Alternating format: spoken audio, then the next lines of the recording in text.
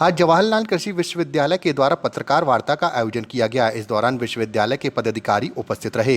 दरअसल यह पत्रकार वार्ता विगत दिनों से हड़ताल पर बैठे कर्मचारियों को लेकर आयोजित की गई थी। पत्रकार वार्ता के माध्यम से जानकारी दी गई कि कर्मचारी संघ के द्वारा 4 प्रमुख मांगों को लेकर हड़ताल की जा रही है, जिसको लेकर रजिस्ट्रार के साथ चर्चा की गई, जिस पर एक मांग पर सहमति हुई है। साथ ही बताया कि 4 मांगों में सबसे कठिन मांग एरियस की है। दरअसल सभी कर्मचारी कुल 27 माह का 7वें वेतन मांग के एरियस की मांग कर रहे हैं। साथ ही टाइम स्केल लेबर को भी लेकर उनकी मांग है, जिस पर उन्होंने बताया कि लेबर नियमित रहने वाले कर्मचारियों की श्रेणी में नहीं आते हैं। फिर भी विश्वविद्यालय के द्वारा काफी पत्राचार किया गया। साथ ही बताया कि राजमाता विश्वविद्यालय में कम कर्मचारी थे, इसलिए उन्हें उसका लाभ दिया गया है, लेकिन हमारे विश्वविद्यालय में कर्मचारियों की संख्या अधिक है, जिसके चलते उन्हें इसका लाभ नहीं दिया जा रहा है। साथ ही उन्होंने माना है कि कर्मचारियों की जो मांगे हैं वो काफी महत्वपूर्ण है, जिसके चलते लगातार शासन से बातचीत और पत्राचार चल रहा है। साथ ही मीडिया के माध्यम से कर्मचारियों को धैर्य रखने की अपील की है। जो कर्मचारी संघ है, उन्होंने 26 तारीख से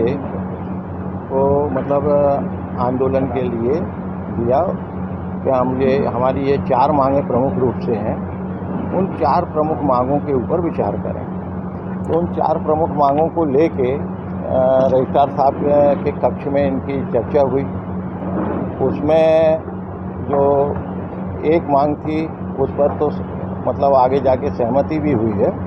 तो 4 में सबसे कठिन मांग जो है वो है एरियस की। एक 16 से 7वें वेतनमान का जो है वो 27 महीने का उनको एरियस चाहते हैं। दूसरी मांग उनकी थी कि जो हमारे TSL हैं, जो टाइम स्केल लेबर हैं, वो क्या है कि बहुत पुराने 40 साल पुराने लोग हैं, और लेबर होने के कारण जो शासन का अभिमत था, पहले कभी पत्राचार हुआ कि वो नियमित श्रेणी के कर्मचारी नहीं है। फिर भी विश्वविद्यालय द्वारा काफ़ी पत्राचार किया गया इस अवधि में, और शासन इसकी बिना अनुमति के, क्योंकि राजमाता में क्या हुआ कि राजमाता विश्वविद्यालय में उनके यहाँ केवल 5 लोग थे, हमारे यहाँ संख्या बहुत अधिक है, उनने उनको दे दिया उसका लाभ। उसके आधार पर ये संगठन भी चाहते थे कि हमको भी लाभ मिले।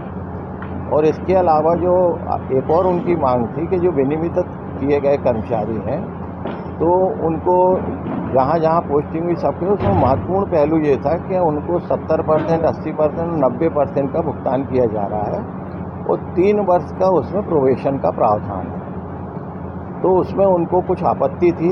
उन्हीं के कुछ साथी जो है वो माननीय उच्च न्यायालय में भी गए हुए हैं, और कुछ ने ज्वाइन किया, कुछ ने नहीं किया। तो न्यायालय में भी विचाराधीन है।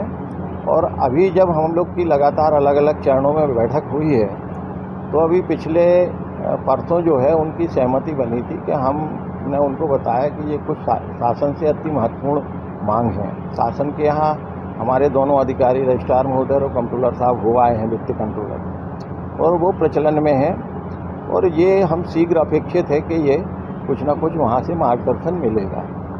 हम उसी अपेक्षा में थे और अनुरोध किया था कि आप कुछ दिन के लिए इसको स्थगित कर दें, क्योंकि आप जो कर्मचारी वर्ग है वो पूरा विश्वविद्यालय को संचालित करता है।